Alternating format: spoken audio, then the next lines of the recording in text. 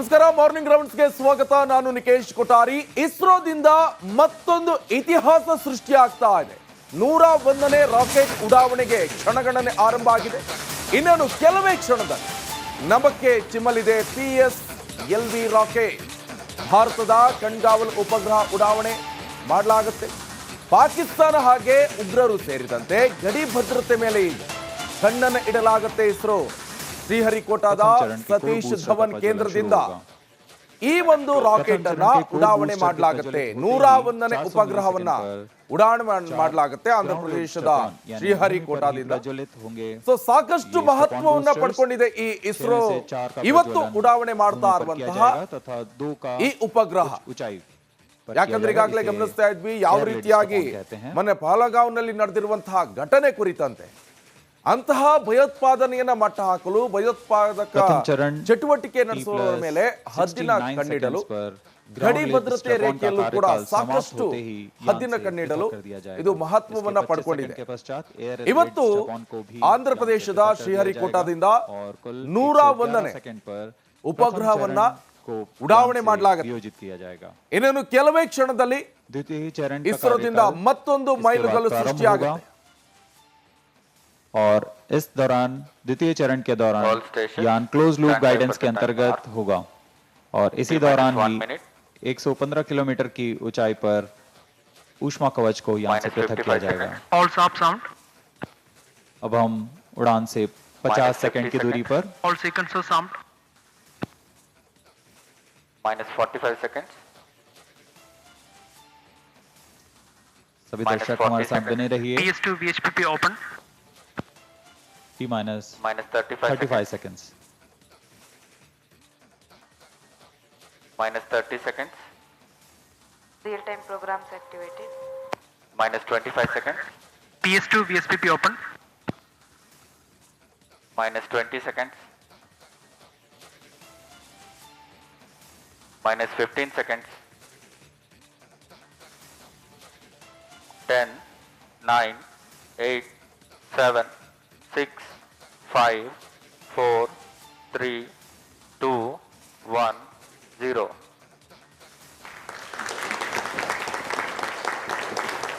+5 seconds.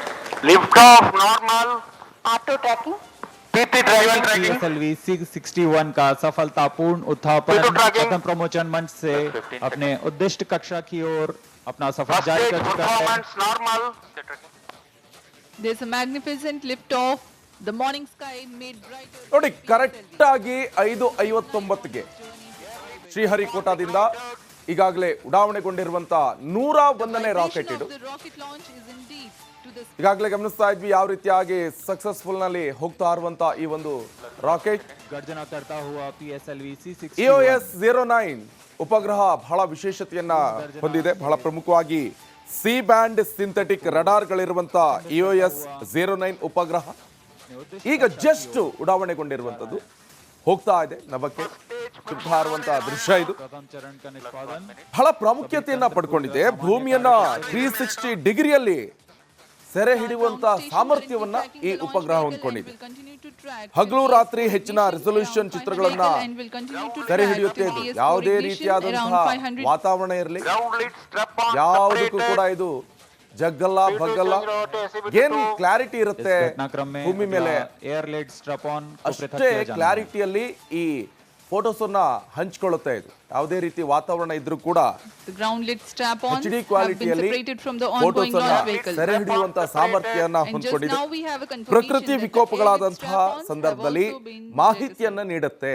Trivandrum station joined ಎಲ್ಲ for the ವಾತಾವರಣಗಳು ಕೂಡ ಕೆಲಸ ಮಾಡುವಂತಹ ಸಾಮರ್ಥ್ಯ Trivandrum ಇದೆ. station ಯಾವುದೇ joined for the ವಾತಾವರಣ tracking. ಇದ್ರೂ ಕೂಡ ಇದು ಕೆಲಸ ಮಾಡುವಂತಹ ಸಾಮರ್ಥ್ಯವನ್ನ ಈ Action ಉಪಗ್ರಹ time for PS1 ಹೊಂದಿರುವಂತದ್ದು. is 112 ಆ seconds ಉಪಗ್ರಹ for this ಈಗ mission.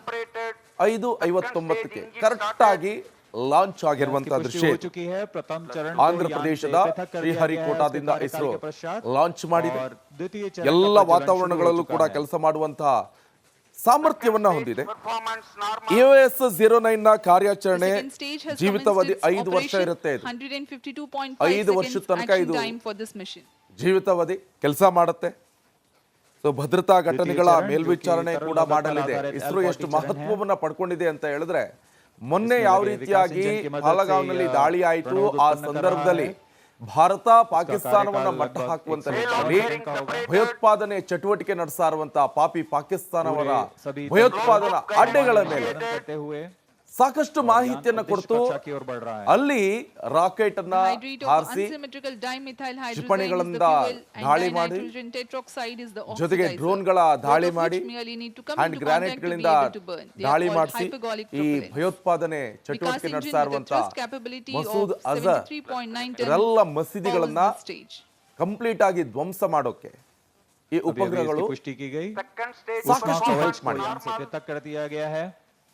EOS 09 ಕಾರ್ಯಾಚರಣೆಯ guidance ಗೆ ಜೀವಿತಾವಧಿ ಅಂತರ್ಗತ 5 ವರ್ಷ ಇರುತ್ತೆ. ಇವತ್ತು ಲಾಂಚ್ ಆದ್ರೆ 5 ವರ್ಷದ ತನಕ ಇದು ಕೆಲಸ ಮಾಡುತ್ತೆ. Current altitude ಭದ್ರತಾ ಘಟನೆಗಳ is ಮೇಲ್ವಿಚಾರಣೆ 168 ಮಾಡುತ್ತೆ. kilometers. ಸೂಕ್ಷ್ಮ ಗಡಿಗಳು ಮತ್ತೆ ಕರಾವಳಿ ಪ್ರದೇಶಗಳಲ್ಲಿ ಬಹಳ Closed ಹೆಚ್ಚಿನ loop guidance ಕಣ್ಗಾವಲನ್ನ has been initiated ಇಡಲಾಗುತ್ತೆ. and the payload fairing ಸೂಕ್ಷ್ಮ has been ಪ್ರದೇಶಗಳಂತ jettisoned. ಹೇಳಿದ್ರೆ ಗಡಿ ಭದ್ರತಾ ವಿಚಾರಕ್ಕೆ ಸಂಬಂಧಪಟ್ಟಂತೆ ಸಾಕಷ್ಟು ಮಾಹಿತಿಗಳನ್ನ ಇದು ಹಂಚಿಕೊಳ್ಳುತ್ತೆ. ಭಾರತಕ್ಕೆ ಸಾಕಷ್ಟು ಸಹಕಾರಿ ಕೂಡ ಆಗುತ್ತೆ ಈ ಉಪಗ್ರಹದಿಂದ. ಕೃಷಿ ಹಾಗೆ ಅರಣ್ಯ ಮೇಲ್ವಿಚಾರಣೆ, ನಗರ ಯೋಜನೆಗೆ ನೆರವು ಮಾಡಿಕೊಡುತ್ತೆ. ಭೂಮಿ ಮೇಲೆ ಯಾವ ರೀತಿಯಾಗಿದೆ ಕಂಪ್ಲೀಟ್ ಆಗಿ ಚಿತ್ರಣವನ್ನ ಸೆರೆ ಹಿಡಿಯುವಂತ ಕೆಲಸ ಮಾಡುತ್ತೆ. ಯಾವುದೇ ವಾತಾವರಣದಲ್ಲಿ ಎಷ್ಟು ಕೆಟ್ಟದಾಗಿರ್ಲಿ ಬೇಕಾದ್ರೆ ವಾತಾವರಣ ಆದ್ರೂ ಕೂಡ ಇದು ಕೆಲಸ ಮಾಡುತ್ತೆ. ಹೈ ರೆಸೊಲ್ಯೂಷನ್ ಫೋಟೋಸ್ ಅನ್ನ ತೆಗೆದು ನಮಗೆ ಹಂಚುತ್ತೆ ಇದು. ಸೊ ಅಂತ ಒಂದು ಸಾಮರ್ಥ್ಯವನ್ನ ಇದು ಹೊಂದಿದೆ. ಇದು ಮತ್ತೊಂದು ಮೇಲುಗಲ್ಲಿಗೆ ಸಾಕ್ಷಿ ಆಗ್ತಾ ಇರುವಂತದ್ದು. ಇಸ್ರೋದಿಂದ 101ನೇ ಉಪಗ್ರಹ ಈಗ ಉಡಾವಣೆ ಆಗಿದೆ. द्वितीय चरण का निष्पादन ಇಸ್ರೋ ಉಡಾಯಿಸಿರುವಂತ 101ನೇ ರಾಕೆಟ್ ಇದು. ಹಲವು ವಿಶೇಷತೆಗಳನ್ನ ಹೊಂದಿರುವಂತ PSLV C61 ಇದು ಭಾರತದ ಬೇಹುಗಾರಿಕೆ ಉಪಗ್ರಹ ಕೂಡ ಇದೆ. Second stage. ಇದು ಭೂವೀಕ್ಷಣಾ ಉಪಗ್ರಹ EOS 09 ಹೊತ್ತೊಯ್ತಾ ಇರುವಂತಹ ದೃಶ್ಯ ಅದು. जैसा कि अपेक्षित ಇಸ್ರೋ था, ನಿರ್ಮಿಸಿರುವಂತಹ द्वितीय चरण ಅತ್ಯಂತ को यान से ಭಾರವಾದ पृथक कर दिया गया ಉಪಗ್ರಹ. है और उसके तुरंत ಈ बाद ही ಉಪಗ್ರಹವು तृतीय चरण 1710 ಕೆಜಿ तृतीय ತೂಕವನ್ನು चरण ಹೊಂದಿದೆ. का प्रज्वलन शुरू हो चुका है। 1710 ಕೆಜಿ ತೂಕವನ್ನ The third ಹೊಂದಿರುವಂತ stage of ಈ PSLV ಉಪಗ್ರಹ has been ignited. ಯಾವುದೇ and it's ವಾತಾವರಣದಲ್ಲೂ performing ಕೂಡ normally. ಕೆಲಸ ಮಾಡುತ್ತೆ. 122 seconds 5 or ವರ್ಷ 2 minutes ಕೆಲಸ ಮಾಡುವಂತ approximately is the action ಸಾಮರ್ಥ್ಯವನ್ನ time. ಹೊಂದಿದೆ. ಅಂದ್ರೆ ಜೀವಿತಾವಧಿ ಇದ್ರದ್ದು 5 ವರ್ಷ. ಇಸ್ರೋ ಮತ್ತೊಂದು PS3 adds ಇತಿಹಾಸವನ್ನ significant ಹೊಂದಿದೆ. relative velocity ಸಾಕಷ್ಟು ಜನ ಅಲ್ಲಿ to the launch vehicle. It is ಗಣ್ಯರು increased ಕೂಡ from 4 kilometers ನೋಡ್ತಾ per ಇದ್ದಾರೆ. second to 6 kilometers per second at the time of its burnout. यह तृतीय चरण है PSLV का। इसका कार्यकाल लगभग 122 सेकंड का होगा। इस दौरान यह कुल 480 किलो न्यूटन का प्रणोद उत्पन्न कर रहा है। इस दौरान दिशा निर्धारण के लिए फ्लेक्स नोजल कंट्रोल का प्रयोग करते हुए यह अपना दिशा निर्धारण कर रहा है। यान पूर्णतः अपेक्षित पथ का अनुकरण करते हुए जा रहा है। यह दर्शाता है कि